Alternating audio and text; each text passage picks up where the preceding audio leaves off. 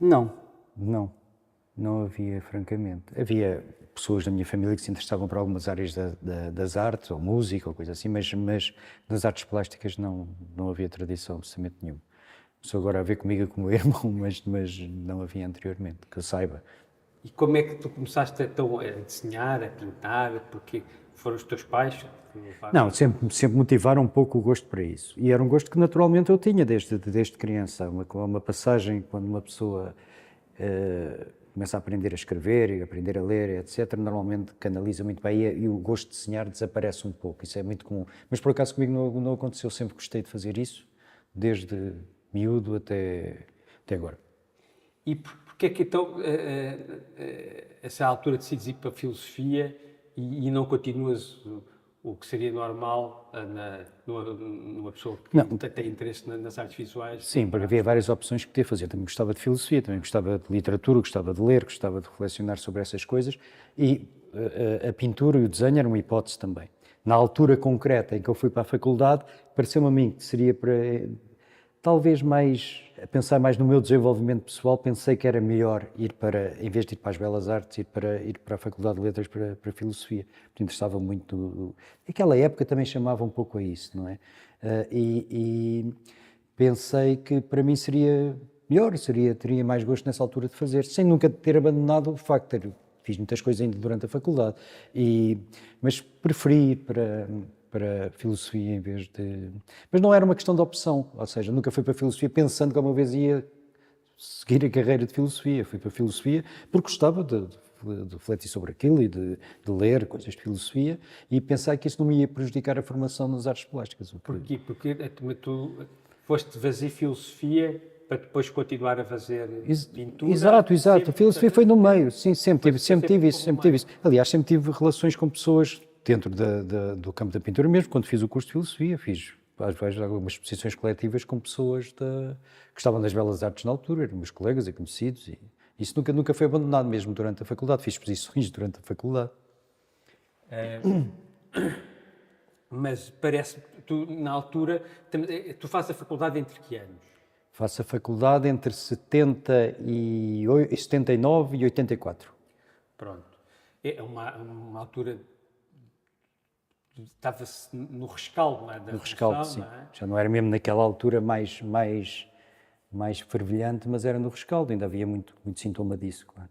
Mas a filosofia, a sua parte mais ligada à política, interessava-te bastante nessa altura, ou não? Interessava-me bastante nessa altura e depois foi-me interessando mais outro tipo de filosofia não tão ligada e foi essa parte de transição que aconteceu quando eu estava lá, de facto, na faculdade.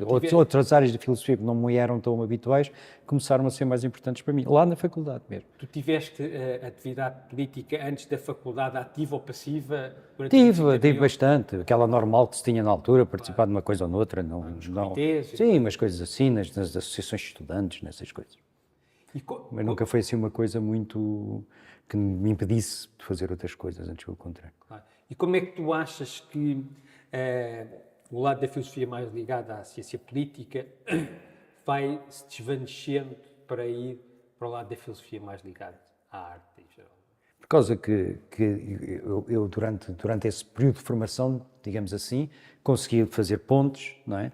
Entre questões que eram de questões teóricas e filosóficas e questões que tinham a ver com as questões artísticas, da prática artística.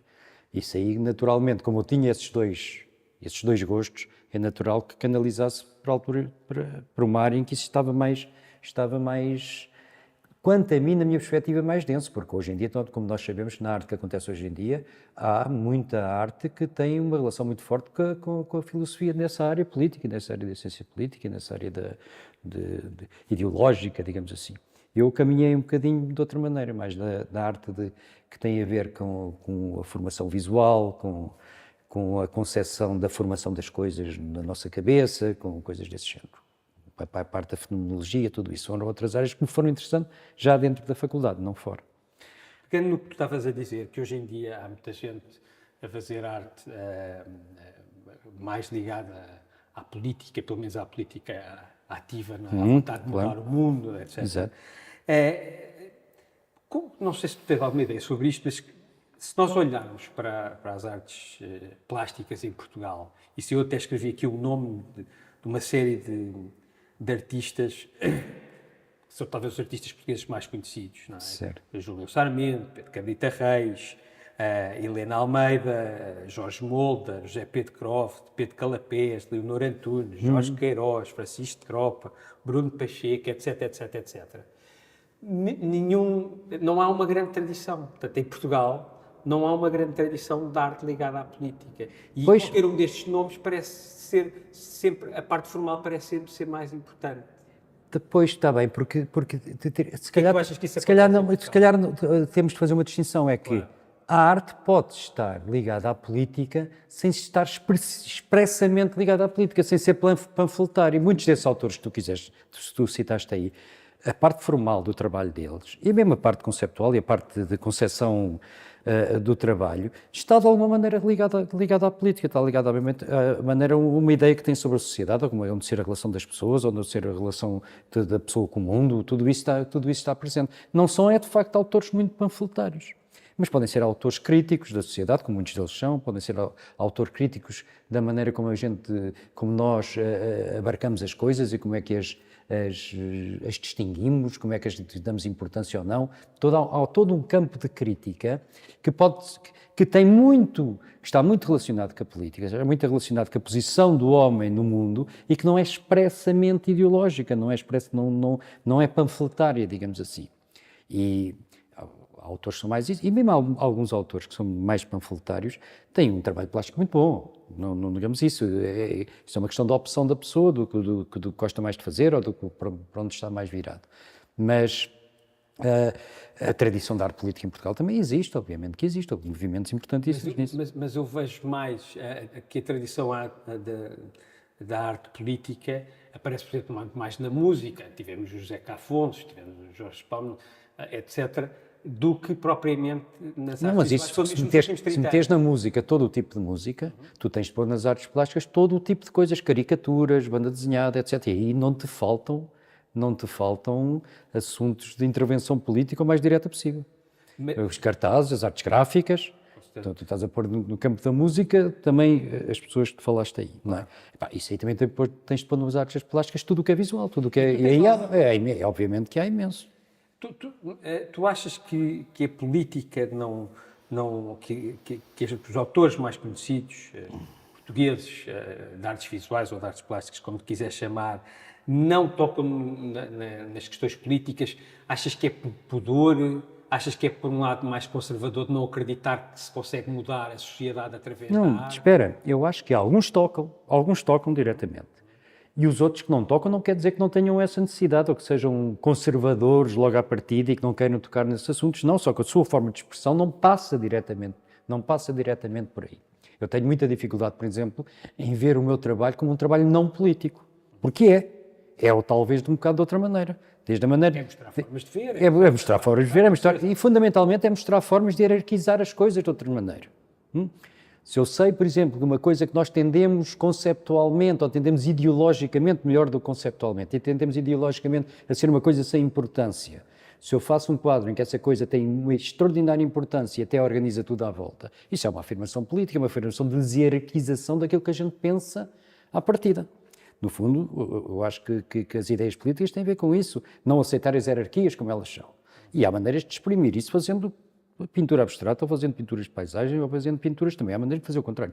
Mas tudo isso, portanto, pode não ser, é direto.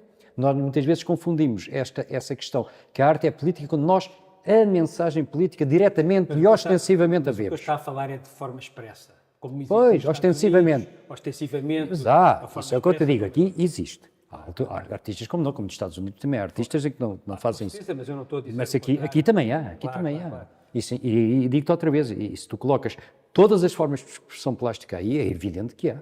Claro. Tu falaste que o teu trabalho é político como outro trabalho qualquer, porque, no fundo, põe questões sobre a forma de nós vermos as coisas. Mas falaste mesmo da hierarquização. Sim. Mas como é que tu, na paisagem, fazes isso? Nos teus quadros, nos teus desenhos? Isso é assim, quando nós temos um mundo formado, ou seja, um mundo que nós sabemos qual é o lugar das coisas, qual é o tamanho das coisas, qual é os caminhos possíveis entre as coisas, qual é a importância relativa entre estas coisas. Isso também se aplica com certeza ao que existe na natureza, ao que existe na paisagem. Quando eu posso fazer um quadro em que de alguma maneira meta em questão isso, posso dar mais importância a uma sombra ou um tremeluzir de luz do que a uma montanha enorme, ou posso pôr as coisas todas de outra maneira, etc. Como também existe isso lá, quando uma pessoa, por exemplo, vai ao campo e vê as coisas de uma determinada maneira. Evidentemente, quando está em presença ou quando tem a experiência de ver pintura ou ver arte que tenha posto isso de uma certa forma em questão, quando vai ao campo, ou quando vai ver a natureza, ou quando vai ver o que se passa à volta, também tem essa outra possibilidade de rehierarquizar as coisas, de pô-las de maneira diferente, de escolher outro tipo de coisas do que aquelas que escolhe, que aquelas está determinada a escolher, naturalmente. Está determinada a escolher pela sua vida, pelo aquilo que foi habituado a dar importância, por tudo isso. E isso permite-lhe ver de outra maneira. Isso é uma coisa que eu penso que funciona a um nível mais profundo. Não ao nível ostensivo da frase, oh, isto é bom, isto é mau, não ao nível, digamos assim, ao nível moral, mas significa ao nível da sensibilidade. E da sensibilidade é mais forte. Claro. Se eu posso transmitir a uma pessoa que a sua sensibilidade, mesmo ela pense que não, está determinada por muita coisa que faz parte da sua educação, como é que o mundo lhe foi incutido, não é? E se ela se libertar um bocado disso e ver que a sua própria sensibilidade é suficiente para começar a pôr as coisas de forma diferente, para as ver de maneira diferente, eu acho que isso é tão importante ou mais do que transformar verbalmente o seu pensamento. Nesse sentido é que eu digo que tem essa dimensão política. Não tem a orientação, não é política para isto. É só uma política cujo objetivo é a liberdade, mais nada. Não é esta forma, não é aquela forma, não é este governo é melhor que aquilo. É quanto mais possibilidade tens as pessoas, mais livre é de escolher. E é só isso que me interessa. É por aí que acaba. É aí que acaba. Não é, a minha arte é política no sentido não deves escolher isto, mas deves ser suficientemente grande para poder escolher. Portanto, educa-se mais para a liberdade do que para apontar o que é que está bem e o que é que está mal. Isso foi uma das coisas que eu aprendi na faculdade. Acho que aprendi, para a minha maneira. Claro, sim, nós vamos falar ainda nisso mais à frente, porque eu acho que tu és, mesmo quando estás a mostrar como é que se pode ver as coisas de outra maneira, és sempre muito carinhoso na forma como tratas o espectador. Isso é uma coisa muito porreira, mas já vamos falar disso mais à frente. O corpo parece ter uma importância muito grande na tua obra. Tu achas que o sentido metafórico das palavras tem uma relação muito grande com o corpo e como nós nos... Eu li coisas e tu dizes, portanto, o cima é o bom, o baixo é o mau. Isso é como nós normalmente usamos as coisas assim. Nós normalmente falamos assim. A esquerda é o contrário da direita, a frente é o futuro, a parte de trás é o passado. Porquê é que a partir de certa altura, pelo menos oticamente, o corpo desaparece do teu trabalho? O corpo não desaparece do meu trabalho por duas razões. Primeiro, e são duas razões muito práticas e até oticamente. Oticamente não está lá. Exatamente. Não está lá porque está lá presente em potência, está lá presente de outra maneira. E é muito importante, essa pergunta é fundamental quanto a mim. Ou seja, está lá presente porque, para já, é patente que é preciso um corpo para fazer aquilo que se está a ver. Aquilo que eu estou a fazer é preciso um corpo para fazer. É preciso um corpo que está numa determinada posição, que faz determinado tipo de gestos, que até se imagina a dimensão que tem e te imagina o que é que se consegue abarcar e tudo. E depois tem outro corpo que está lá presente também, que é o corpo do espectador. Isso, a paisagem também é importante nisso. Como a paisagem é tão homóloga, ou seja, tão parecida com as estruturas corporais do espectador, ou seja, tem essa parte da frente, essa parte de trás, essa parte de cima, essa parte de baixo, que há uma tendência, de facto, para o espectador sentir corporalmente aquilo que está a ver. Sentir e ver com o corpo todo. Sabe que só consegue ver uma paisagem se essa relação não for pura e simplesmente uma relação óptica, mas for também uma relação corporal, uma relação visual completa, uma relação corporal. Não apenas um óptico abstrato, a Descartes, mas um corpo completo a ver aquilo. Portanto, essa presença do corpo não presente no próprio trabalho, mas como potencialmente presente para a compreensão e para o abarcamento, de facto, para a fruição do trabalho, prefiro esse corpo assim do que o corpo lá presente. Se o corpo lá estivesse presente, representado, o que é que acontecia? Eu, de alguma maneira, tentava projetar-me nesse corpo que estava lá. Já não era só o meu, era a minha tentativa de projeção nesse que está lá. Isso há muita gente que faz isso e faz isso de uma maneira maravilhosa, e isso também é uma coisa muito importante de fazer. Mas no meu caso não é isso. No meu caso é um corpo que potencialmente progride nessa paisagem, a vê, a percorre, a absorve de alguma maneira. Está mais na posição do narrador do que de uma personagem que é o narrador. Está mais na posição daquele que vê mesmo. O que eu quero dizer é que vê com o corpo inteiro. Mas está a isso é a sentir mesma isso. pessoa que conta a história, neste caso. Tu contas a história, não é? Portanto, Sim, eu conto a história. Eu conto a história que, nesse sentido metafórico, eu pinto aquela coisa. E outra pessoa, de alguma vez, reproduz também de alguma maneira esses movimentos, reproduz esse espaço que eu estou a habitar com o meu corpo, como estou a fazer. E isso eu acho que é a presença, de facto, real do corpo lá. É assim, como nós ao longo destes últimos, sei lá, 14 anos fomos falando e tu sempre falaste muito da tradição da pintura clássica e, de certa maneira, no século XIX, com o aparecimento do modernismo, etc., que se perdeu um pouco o balanço que vinha de centenas de anos de tradição de cor, de forma, de escala, etc. E que isso tinha sido, de certa maneira, uma pena. E que tu... Diz. Uma pena e não. Porque com essa tradição moderna toda, o que aconteceu foi um autoconhecimento das formas, da pintura, dos meios que temos para utilizar. Conhecimento infinito, extraordinário, que para fazer uma coisa que de alguma forma remeta a algo que está antes disso, só se pode fazer de duas maneiras. Ou pensar que isso não existiu, que é a maneira estúpida, acho eu, ou assumindo completamente toda essa grande lição que foi dada em todos os movimentos modernos, até contemporâneos. Tudo isso é um processo de autoconhecimento da coisa que não é para renegar. A única coisa que eu posso pôr em causa, para o meu trabalho concretamente, não em geral, mas pôr em causa esse movimento todo, é essa tentativa de redução, essa tentativa de abstração, digamos assim, de perder um bocado do concreto para a afirmação dos pontos de partida, dos princípios e depois jogar com eles. Todo o movimento que é muito típico do final do século XIX e do princípio do século XX, que é essa tentativa de descobrir quais eram os elementos fundamentais das coisas e depois jogar com eles. Mas é muito engraçado, porque quando ficas com os elementos todos, imagina, consegues pôr todos os elementos químicos que existem, não é? Depois, quando os juntas todos, não tens a realidade. Tens apenas uma junção de elementos, porque a coisa é muito mais complicada que isso. Não podes transformar o corpo de uma pessoa em todos os elementos químicos que o compõem e depois tentar misturar aquilo tudo e fazer a pessoa outra vez. Isso não podes. Mas agora, para a compreensão da pessoa, saber que aqueles elementos químicos os compõem e o que é que se pode fazer com eles é absolutamente fundamental. Portanto, tudo isso foi um passo absolutamente fundamental. Nesse sentido, não é de nenhuma maneira uma pena. Só é pena quando começa a tentar fazer o contrário, ou seja, ou tentar que isso é suficiente, ou tentar pensar que isso é suficiente. Temos os elementos, as cores puras, a linha, a forma, o plano, tudo isso. Agora temos isto puro e vamos combinar com isto. E apenas ficamos com combinações, não ficamos com organismos.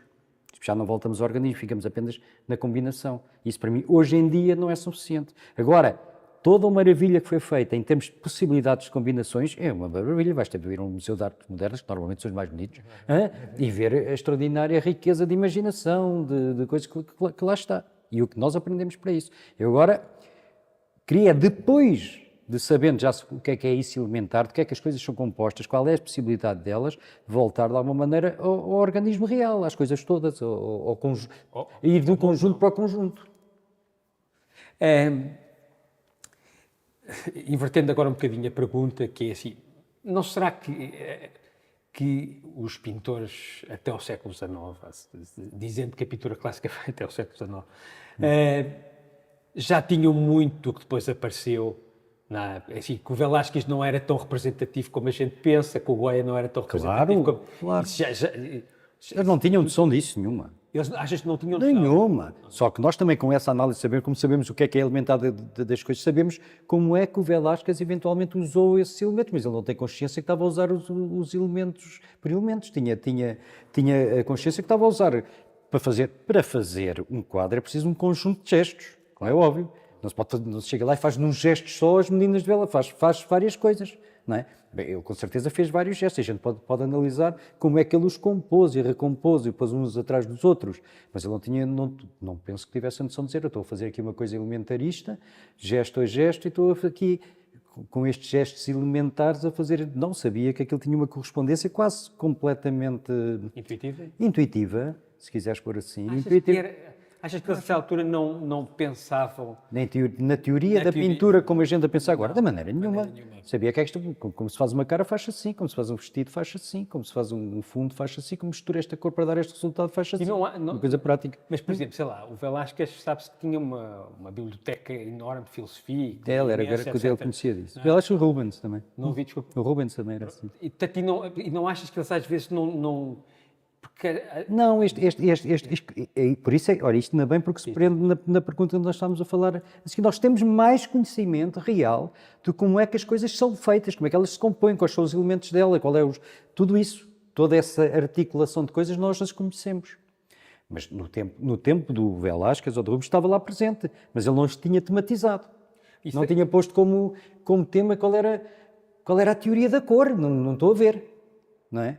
Velázquez sabe é que fazer aqui, para fazer aquele azul lá atrás, assim meio desfocado, tinha de pôr caolino naquela coisa, lá um pigmento mais não sei o quê, não sei o que mais, e aquilo dava aquele resultado. Não sabia mais nada de teoria da cor. Nunca ouvi falar disso. Claro. Nunca viu pintura gestual e disse, a minha coisa entra, esta parte do gesto tem muita importância porque houve uma coisa... Isso eu agora tenho que pensar nisso. Claro. Eu quando faço gestos na minha pintura... Claro que eu tenho de pensar que houve tipos que fizeram aquilo pura e simplesmente, quase abstratamente, só pintura gestual, só com o gesto sem representar nada. O Velázquez, como tu sabes, tem muita parte da pintura dele tem muito gestual. Claro. Alguma parte só, a pintura não tem nada a ver com isso, mas alguma parte tem. E nunca teve a pensar, quando estava a fazer a coisa assim, tinha alguma coisa a ver com isso. Ou que aquilo se podia constituir um elemento próprio da pintura.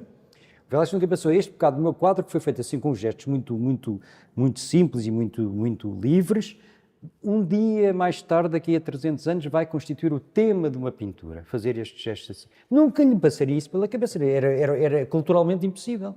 Claro. Senão ele fazia a história da pintura sozinho.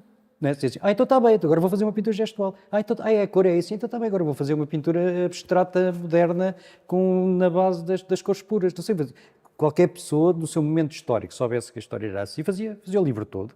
Okay. Só que ele estava a fazer retratos de princesas e de reis e não sei o que era o que ele estava a fazer de facto, não era história de arte. Não era história de arte. E diz-me uma coisa, e tu achas que a grande mudança é, pelo menos, facilitada pelo avanço da ciência? Claro. Eu acho que é muito importante. Eu acho que a ligação não muda a altura, não, mais da ciência. Eu acho que por exemplo, em todo este tempo moderno, digamos assim, que tu classificaste nessa época, a parte temporal que eu acho bem, eu acho que o grande contributo foi mesmo isso estar a acontecer também na ciência. A descoberta desse elementarismo, a química, a física, a descoberta dos elementos primários, como é que era essa purificação das coisas, saber como é que as coisas funcionavam ao nível mais abstrato. Todo esse movimento científico é muito mais diretamente ligável a essa evolução formal, essa evolução das formas na história da arte, propriamente os elementos que vieram das outras áreas que agora se chamam as ciências humanas ou as ciências sociais ou qualquer coisa. Bom, isso também teve alguma importância. E a política podes pôr aí dentro. Também teve importância. Mas esta história que nós normalmente vemos na história da pintura, que é este desenvolvimento para a forma, para o elementarismo, para o autoconhecimento, etc., é uma coisa que vem muito das ciências. E é uma coisa que está-se um bocado a perder porque agora está muito mais... Fala-se pouco disso, não é? Fala-se muito mais. É uma pena. Da influência da É uma pena. Eu acho que a influência do público. Acho que o público tem muito mais acessível isso para o público, muito mais acessível para os transmissores para o público, para os jornalistas. E é muito mais transmissível para uma semi-teoria mole, que é normalmente a teoria que se faz sobre arte e se faz sobre estas coisas, e isso é só porque é mais acessível. Não quer dizer que não esteja lá presente. Não esteja lá presente. Claro, mas que esteja sobreavaliado, não é? Sim, é natural. Esta ligação, que eu acho que é um bocado exagerada entre as artes e as ciências humanas. Isto é a pergunta que eu tenho de seguir. Pois está bem, continuamos já. Claro. Essas artes, eu acho que é um bocado extrapolada, é demais. Há outras coisas que estão a influenciar a arte e que podem influenciar a arte e podem dialogar com a arte, que não só isso. Mesmo há um equívoco enorme quanto a mim, ainda é essa relação que parece que é completamente natural da arte com a teoria, principalmente a teoria filosófica, que às vezes é fartada a rir. Eu conheço filósofos que são extremamente engraçado. certos nas suas afirmações quando e se conseguem fala usar vários artistas, vários críticos, cada um a apontar, a disparar para o seu lado, cada um a fazer coisas contraditórias, usam o mesmo como justificação. Não sabes que citações pode-se fazer sempre, Claro. não é? Não é? Uma pessoa pode dizer, dói-me o joelho, a Heidegger. Claro, uma vez disse, dói-me o joelho, não é? Ou sei lá, a minha mãe é muito querida, Wittgenstein. Não é? Não pode ser, não é isso. Claro Tinha um que chega a amigo servir, claro, dessa maneira servem para todos. Tinha um amigo meu que na universidade punha citações Claro, que não existiam. podes fazer tudo. E essa coisa, e isso foi uma relação equívoca dessa massificação também dos feitores da arte, não só da arte para o público, mas houve também massificação dos que fazem arte, não é? Em que podem ficar um bocado entusiasmados porque encontrarem num momento ou noutro de um determinado pensador, de um determinado qualquer coisa que vagamente possa justificar aquilo que estão a fazer. Não é verdade, é pena, mas acontece muito isso, porque é mais fácil. Portanto, a pergunta que eu tinha a seguir era um bocadinho falar da psicologia e da sociologia, da forma avassaladora como elas entraram na arte a partir principalmente do final do século XIX, século XX. Sim. Mas agora, dentro mesmo do fazer da arte, isso é algo que te incomoda? É uma coisa que... Não, mas isso não me incomoda absolutamente nada, porque eu acho que independentemente das influências do autor, ou o que é que ele pensa que aquilo tem a ver com, ou o que pensa como é que aquilo teoricamente pode ser justificado, há uma coisa que é muito presente, que é o que ele plasticamente lá fez. E eu posso, e aconteceu já algumas vezes, eu posso pensar que o autor está a pensar sobre as coisas, uma coisa completamente disparatada em termos de justificação, e acho que fez uma coisa excelente. Mas então é uma casualidade aí. Não é uma casualidade, porque isto é artes plásticas, isto é para se ver, isto tem a ver com a maneira como nós plasticamente abarcamos as coisas. Sim, mas tem que haver um propósito, não é? É a mesma coisa Isso que é outro tipo de marcar discussão. um gol com a barriga. Pode, e não é gol? Não, é gol. E às vezes pode ser um gol extraordinário. Não, quando eu Pode ser um gol extraordinário. Não conseguem fazer dois, não é? Pode ser extraordinário, pode ser extraordinário. Com certeza não consegue. Não, o nível da justificação pode ser importante, o nível da teoria pode ser importante, mas nada impede a presença da obra, como é que ela é feita, como é que ela é articulada em si mesma, não é? Isso há pessoas que podem, e acontece, e como vocês todos sabem, acontece muitas vezes, há coisas que podem ser extremamente bem justificadas e em si são muito pobrezinhas, e há coisas que são riquíssimas e podem ser muito pobremente justificadas. Há os dois casos. Não é? Até há aqueles... Eu conheço autores até portugueses que, na geração mais velha que a minha, que são pessoas que eu conheço pelo conhecimento próprio que têm das coisas, e até teórico, até de desenvolvimento intelectual e tudo, podiam justificar as coisas de uma maneira maravilhosa e extraordinária. E não o fazem. Dizem assim uma coisa a fugir ao assunto. Por preguiça? Não é só por preguiça, é porque isso não é o importante. Porque isso não é importante. Não é o importante. Evidentemente que é importante, mas não é isso que, quando é o próprio autor a falar, não é? Falar dessas coisas é muito... Eu tenho muito mais facilidade em falar assim em geral, como estou a falar, do que tentar justificar teoricamente as coisas que estou a fazer. Não é preciso. Epá, espero que não seja preciso muito. Não é preciso. Claro. Não é preciso, porque eu podia fazer bem. E isso nunca vai depender da minha habilidade. Claro. O valor delas não vai depender da minha habilidade em eu justificar bem ou a justificar mal. Posso justificar pessimamente e continuar a ter o valor que têm, e posso justificar otimamente elas não terem valor nenhum. Não é? Não é isso que interessa, isso é outra profissão. Isso é, os críticos fazem isso bem, os filósofos, alguns fazem isso bem, os comentadores fazem isso bem, toda a gente faz isso bem, e tudo isso se pode discutir. Não é?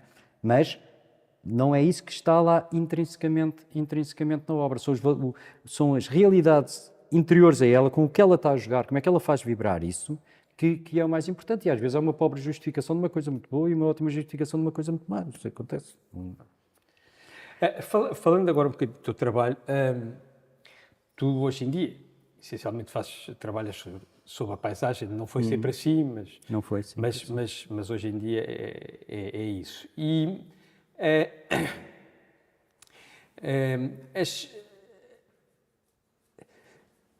tu usas a paisagem mais como meio do que como fim, não é? Portanto, tu utilizas a paisagem para nos mostrar formas de ver, Diz, continua para nos mostrar formas de ver, outros pontos de vista, soluções. A paisagem em si mesmo interessa-te, ou é a maneira mais eficaz para tu exerceres o que queres, percebes? Em geral, é esse o segundo ponto. É a maneira mais eficaz, quanto a mim, para eu exercer aquilo que quero, mas isso é preciso perceber o que é que eu quero realmente quando pinto uma paisagem. Há na paisagem como estávamos a falar no princípio da conversa, essa relação muito direta com o nosso corpo. Há dimensões na paisagem que são dimensões que estão muito relacionadas com o nosso corpo. A expansão do espaço, o alto, o baixo, o esquerdo, o direito, as coisas que nós temos noção que podemos passar e outras que não podemos, que temos de bater, que não conseguimos ultrapassar, caminhos que podemos percorrer, gestos grandes, pequenos, diversos, que estão a acontecer ao mesmo tempo. Há um multi-acontecimento, uma coisa que está a acontecer ao mesmo tempo na paisagem tem muito a ver, está muito relacionada, tem muito que ver com aquilo que nós somos. Isso interessa muito logo no ato de feitura. Tem muito a ver com o que nós somos. Com o que nós somos. Nós somos corporalmente e visualmente. Ou seja, eu quando estou perante algo, não é, eu tenho uma possibilidade infinita de ver, tenho de escolher. E essa possibilidade que eu tenho de escolher é que me faz fazer objetos.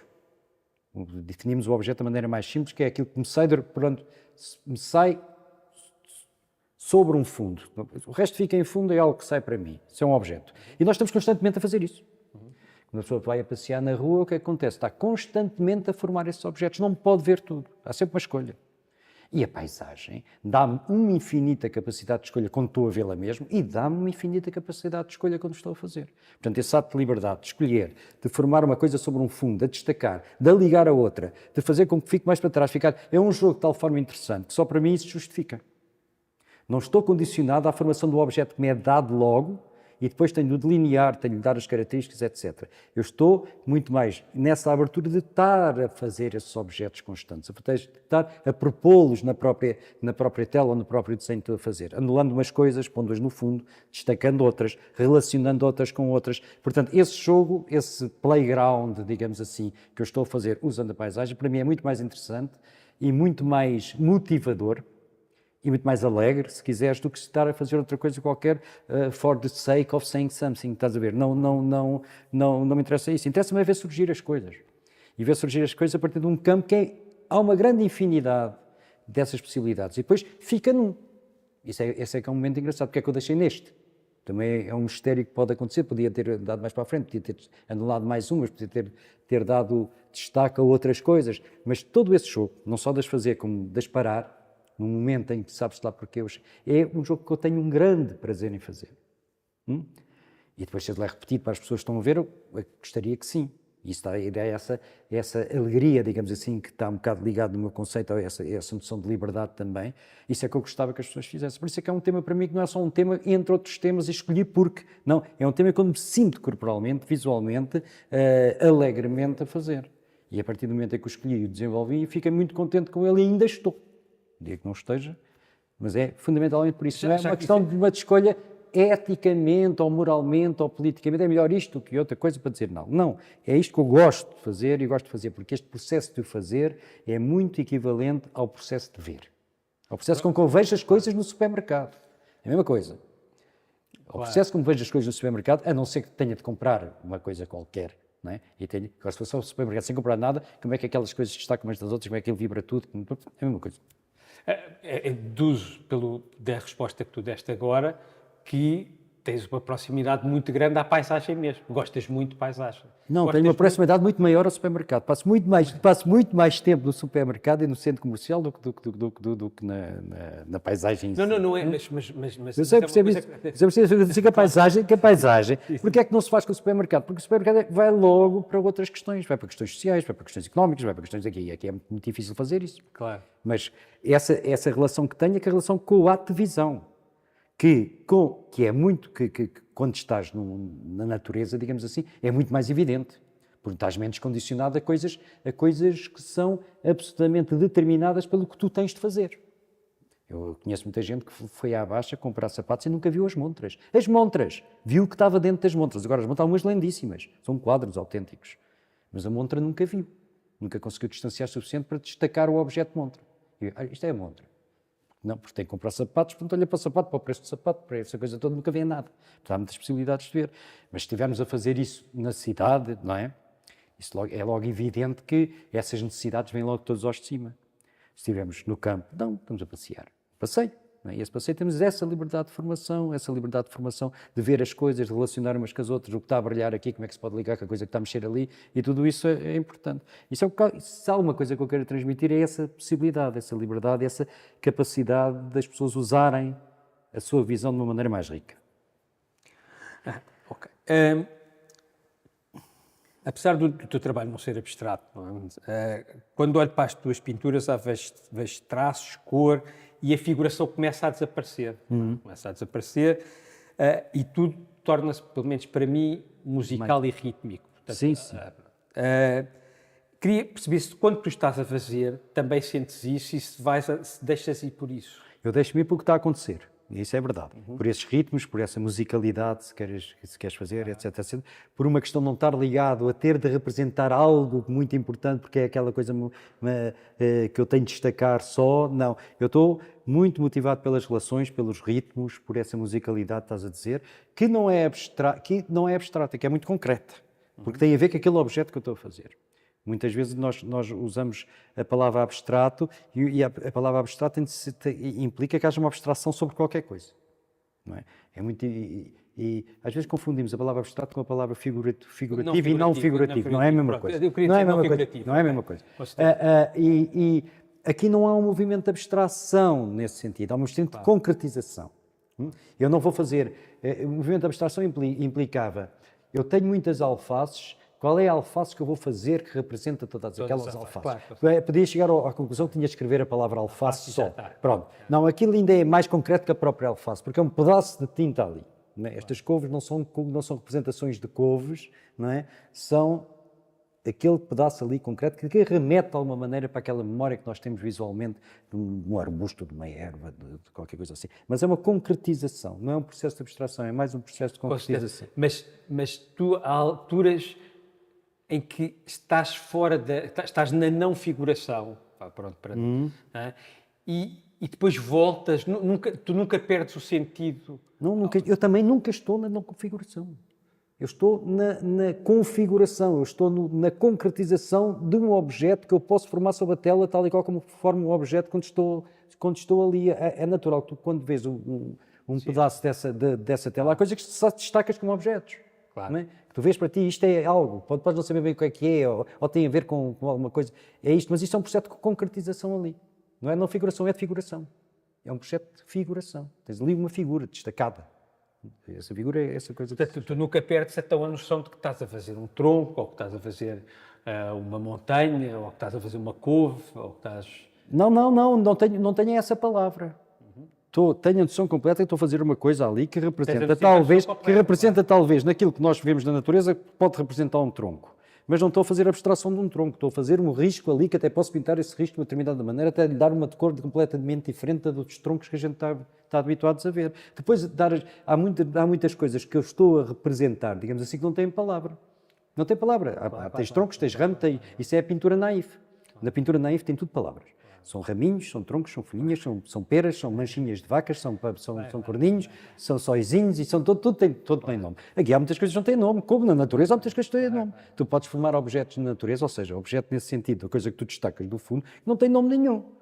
Qual é o nome de uma folhinha a vibrar assim, com uma luz a bater assim, a fazer assim? Não tem nome, não tens nome para isso, tens de fazer uma descrição. A coisa aqui também tem de fazer, mas é um objeto que tu podes destacar de uma floresta inteira. É essa a ideia. Aqui, estive a ler aqui a tua entrevista com o Bruno Marchand. Sim. Houve aqui uma parte que eu vou, se encontrar, vou ler, porque queria que tu falasses um bocadinho sobre isto. Estou a terminar, a altura diz assim: também por isso o gesto é importante para mim enquanto marca física do fazer. Julgo que isso está muito presente nas minhas obras e que é algo de muito identificável também. Agora, o gesto não é, de todo, um dado autónomo e autossuficiente na obra. Não há aqui nada de expressionista. Ponto de exclamação. O gesto está submetido a algo maior do que ele. E eu aqui rimo e digo, se ele faz alguma patifaria. Quero que o gesto ocupe o seu lugar, que deixe uma marca do meu corpo, mas que esteja submetido na economia geral da obra. Claro. Ao que o Bruno de Marchand responde. É uma questão indexical, portanto, e tu respondes exato, é um index que está submetido a um ícone. Queria que falasse um bocadinho sobre isto. Portanto, Quando vês um gesto, então deixa-me lá tentar explicar, tentar dizer como é que eu penso essa coisa. Quando tu estás a ver um gesto num quadro qualquer, tu estás a dizer, aquilo indicia isso, indicia que o meu corpo fez aquilo, com aquele pincel, com aquela velocidade, etc. Tu até podes estar completamente a abstrair, e sim, abstrair de qual é a função do gesto no geral do quadro e estares a ver o que é que o meu corpo a fazer aquilo. Claro. E até podes, porque temos uma parte do nosso cérebro que faz isso automaticamente, que é uma coisa muito engraçada, até tu podes lá dentro estar quase tu próprio a repetir o gesto. Lá o teu cérebro, de alguma maneira, está a repetir o gesto que eu fiz. Isso dá um grande gozo, é inconsciente, mas isso existe, de facto. E tu estás a ver, ele fez um gesto, fez aquela coisa, ou então pôs assim. Porque há gestos, nós falamos às vezes de gestual, parece que é tudo assim à espadachim. Não, há uns gestos que são devagarinho, outros que são devagar. Não é? É aquela ideia que, por exemplo, muita gente tem, que quando se escreve aqueles caracteres chineses, aquela coisa muito rápida, aquelas pinturas, que aquilo é muito depressa, não, aquilo é devagaríssimo, é verdade a ver. Aquilo, quando se vira aquilo mesmo a fazer, aquilo é feito devagar. É feito devagar. Nós temos ali muitos deles são feitos devagar. E tu aí podes ter isto. Nesse sentido é indexical, ou seja, tu estás ali a ver, não é, uma marca que eu pus e é uma marca que indica, te remete, não é, para o corpo que eu fiz. Mas eu disse que isso não é o mais importante, isso é a pintura, por exemplo, a pintura gestual, não é? Aquela parte na história da arte, que é uma parte que era pintura gestual, tinha a ver com isso. Quando aqui estou a dizer que o gesto está referido a uma economia icónica, a uma economia geral, é a economia das próprias coisas que estão a acontecer do quadro. Este gesto é assim, não só porque o meu corpo expressivamente o quis fazer assim, mas é assim também, e muito mais importante, porque tem de ali estar a cumprir uma função plástica. Tem de estar ali a determinar qualquer coisa em relação àquele objeto que eu estou ali a representar.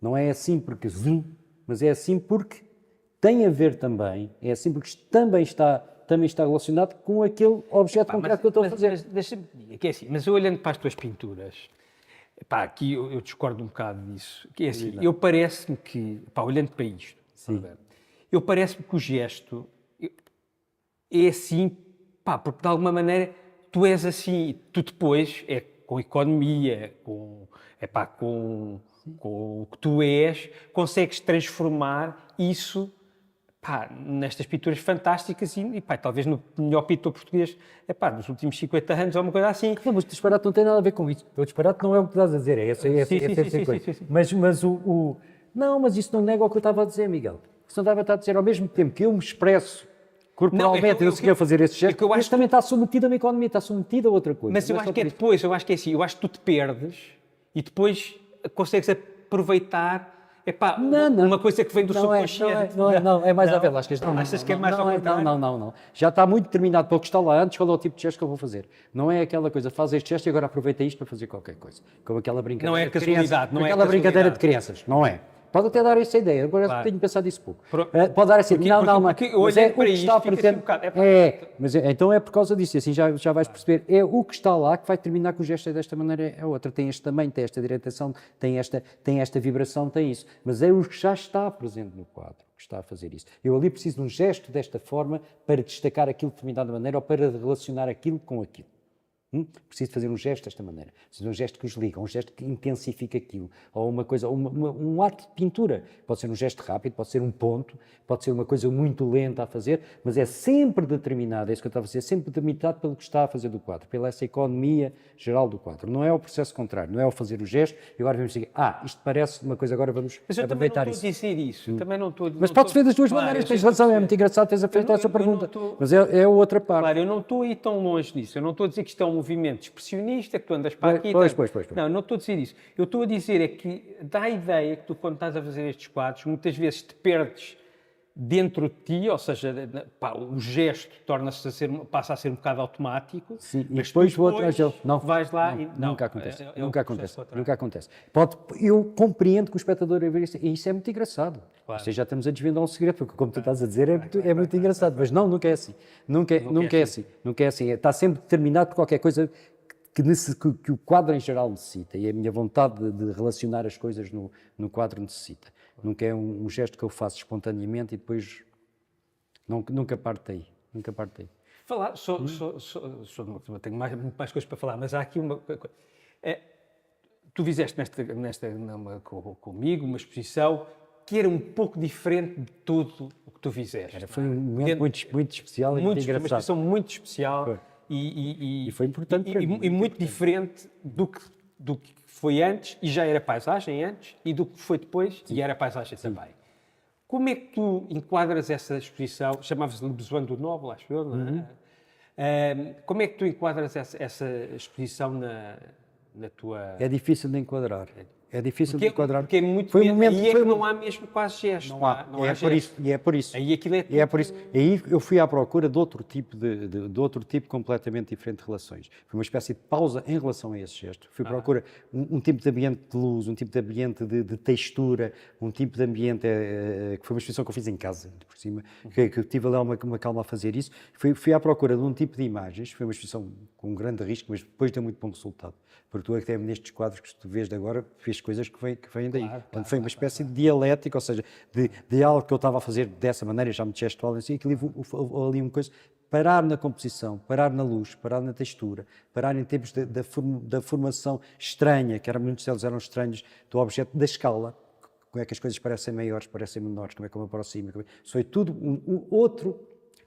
Digamos assim, neste processo todo até aqui houve dois momentos. Houve um momento de captar vocabulário que tinha a ver com o gesto, nos desenhos, no ecrã do peito, etc. E depois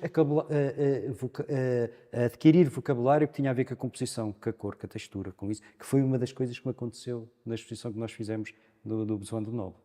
E, portanto, foi um momento de paragem que era atípico, estilístico. Mas agora já se percebe-se melhor, acho eu, na economia das coisas todas, porque houve muitas coisas que eu depois aproveitei daí. Maneiras de fazer. Foi um momento de aprendizagem também. Claro. Outra coisa. Há muito tempo que tu estás a fazer paisagem, não é? Não sei, há 15 anos? Aí. Às vezes não tens vontade de introduzir elementos que não sejam de paisagem.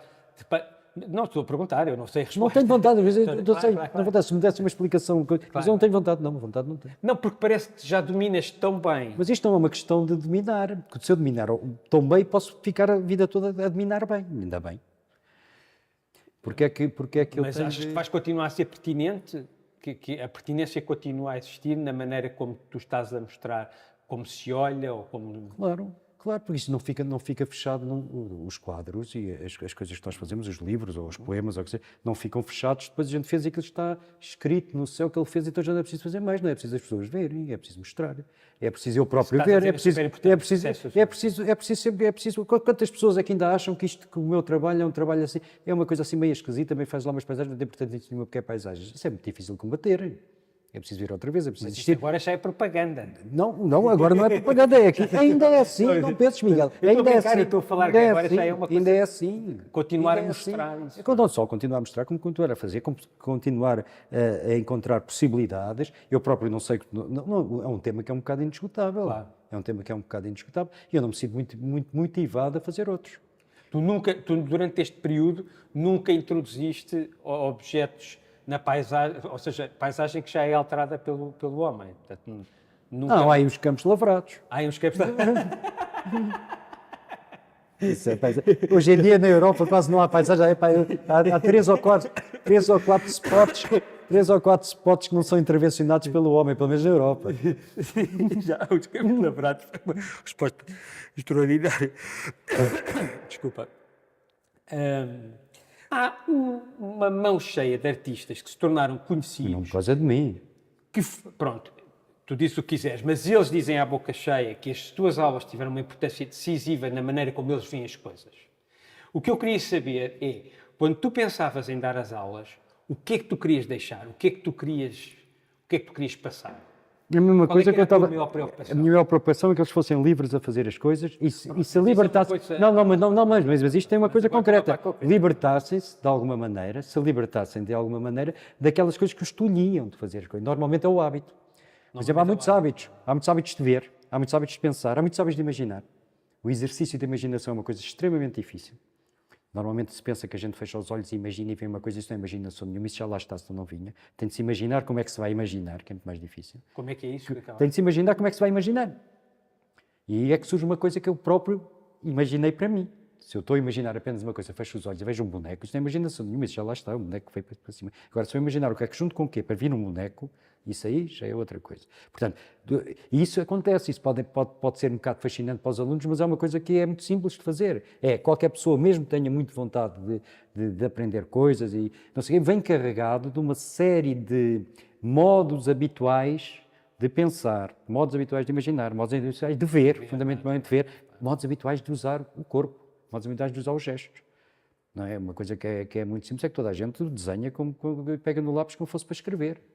Pode ser, para algumas coisas até é conveniente que seja, mas limita muito. E então ver, como é que se vê? Vê-se pelos nomes, vê-se pela utilização das coisas, não se vê de uma maneira... Portanto, tudo isso, não é? Todo esse pacote, que vem aí um bocado de uma certa compreensão filosófica da coisa. Isso é natural, porque, e essas pessoas, algumas delas com certeza dizem isso, porque imediatamente perceberam isso. Não é? Porque dizem, pois está claro, então isto é um campo muito mais expandido do que aquele que nós podemos fazer. Vamos pensar então em exercícios sobre isto. Não é? Vamos pensar em exercícios que ponham isto em causa, ponham em causa a nossa imaginação, ponham em causa a nossa maneira de fazer, vamos ver, vamos inventar outras.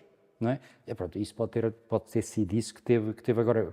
Todo o trabalho de muitos dos meus alunos foi um desenvolvimento completo por eles, pela invenção deles, pelo gênio deles, tudo isso. Não foi uma coisa transmitida. Pudesse ser transmitida e dizer assim, o que se pudesse alguma vez transmitir, olha, está bem, vai em frente, faz isso, tudo isso. É uma questão de motivação mais do que outra coisa. Com certeza, mas indo ao concreto, desta vez não me respondeste à questão que é, o que é que tu fazias nas aulas? Porque não ias lá só dizer... Ia dizer muita coisa, diz como estou a dizer aqui, e inventávamos em conjunto exercícios. Davas aulas de pintura. Dava de pintura, dava de desenho, dava de teórico. Que tipo de exercícios é que tu davas nas aulas de pintura, não nas aulas de... Eram muitos exercícios. Nas aulas de pintura há uma parte muito importante que é a parte técnica. Porque para mim, técnica é liberdade, ou seja, quanto mais souberes fazer a coisa, mais liberdade tens para escolher, não é o contrário. Às vezes as pessoas têm a impressão que isto é uma coisa que a técnica não interessa nada, interessa depois sai tudo igual.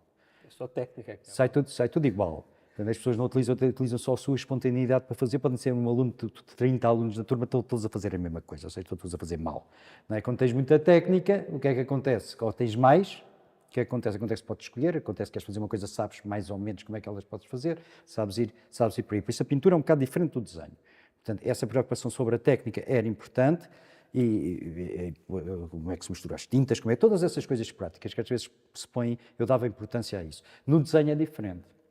No desenho é um campo mais largo, é um campo mais liberto, digamos assim, e aí exercícios, por exemplo, exercícios que punham em causa essa maneira de ver, coisas como é que eu vou ver agora para desenhar. Primeiro vou pensar como é que vou ver esta coisa, ou como é que o meu olhar vai percorrer esta coisa, e depois vou começar a desenhar e ter surpresa naquilo que está a acontecer. Havia muitos exercícios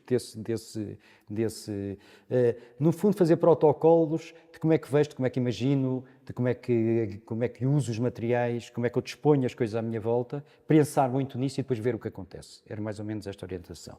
Não um exercício com um objetivo visual final, ou seja, vamos fazer isto para atingir este boneco determinado, para ele ficar assim, que é o exercício clássico, determinado, mas como é que eu vou orientar as coisas, como é que eu os vou dispor, como é que eu vou dispor o meu corpo, o meu tempo, o meu olhar, a minha imaginação, para chegar a uma conclusão que lá vamos ver qual é.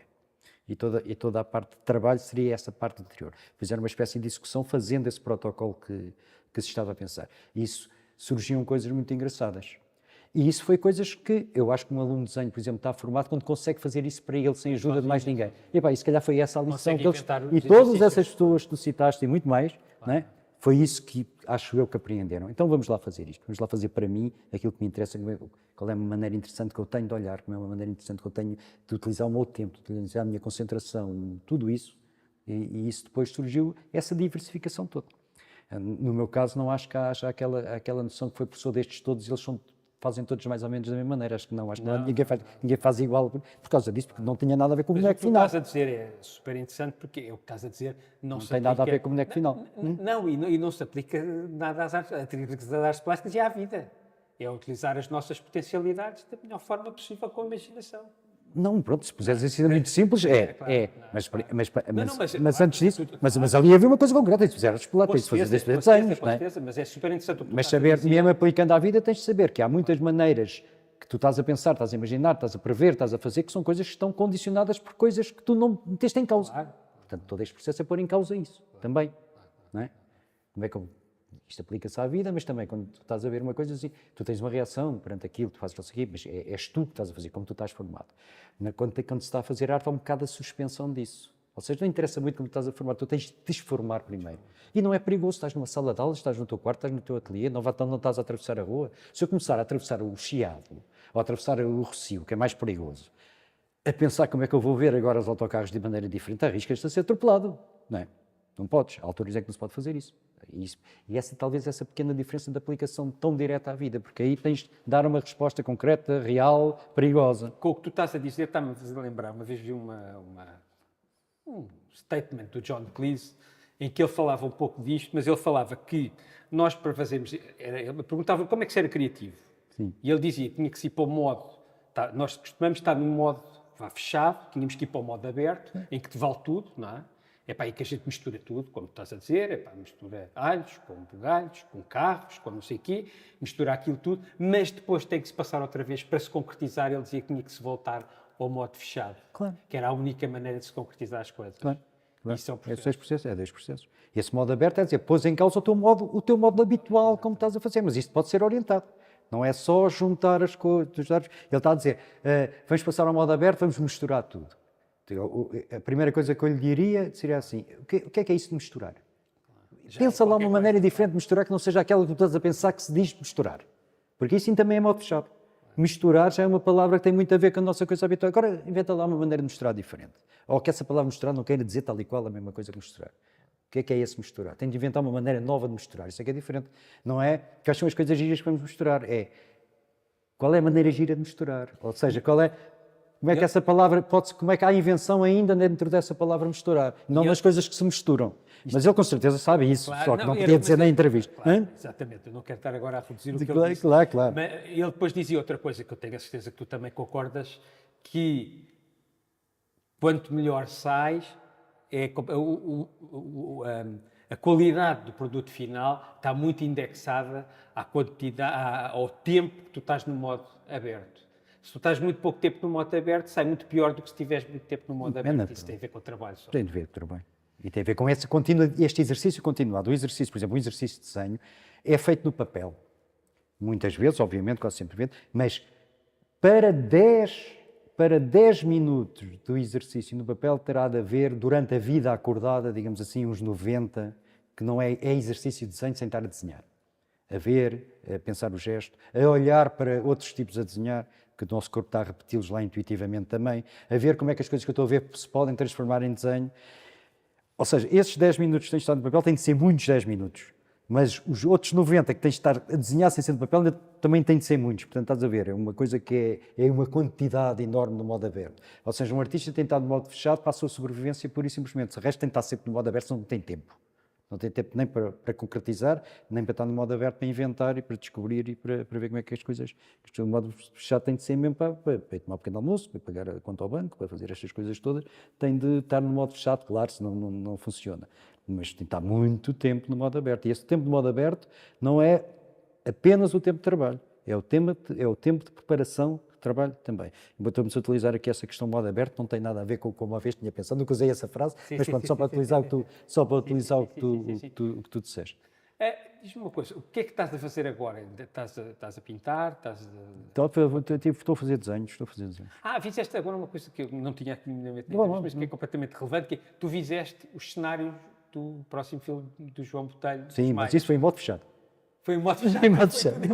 Então, aquilo é um trabalho muito concreto, tinha de se fazer daquela maneira para um objetivo concreto, embora ele me tenha pedido que eu pudesse fazer, embora ele tenha dito que eu podia estar no modo aberto completo, eu para mim achei que não, isto é melhor modo fechado, senão não resulta. Porque isto é uma coisa... muitos modos abertos antes. Para acabar, coisas que tu gostas de fazer que estão para além das artes visuais? Tudo, sei lá. Há coisas que, sei lá, o que é que eu gosto de fazer este Nejam para as artes? Era boa. Não esteja diretamente relacionado, não é? Não vais dizer que é ler um livro sobre... Não, gosto de ver livros sobre outras coisas. Pronto, e ver filmes, claro. e andar na rua, agora, ir ao café. Pois, esse tipo de coisa. Esse tipo de coisa, andar na rua e ir ao café. Ir almoçar com a família. Almoçar com a família, muitas vezes. ainda bem que falaste de cinema.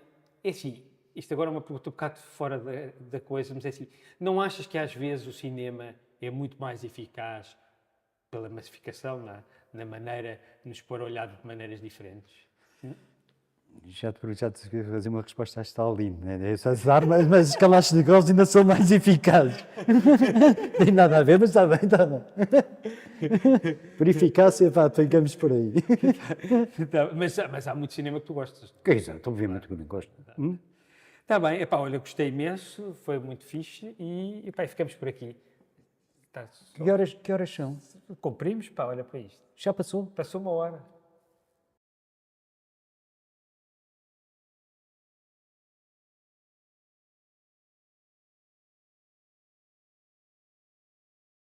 Então, foi fixe ou não? Foi. Pá, acho que foi fixe. Achas? Eu gostei imenso, pá, gostei imenso. Ah pá, tu falas maravilhosamente. Pá. Fala muito depressa, não é?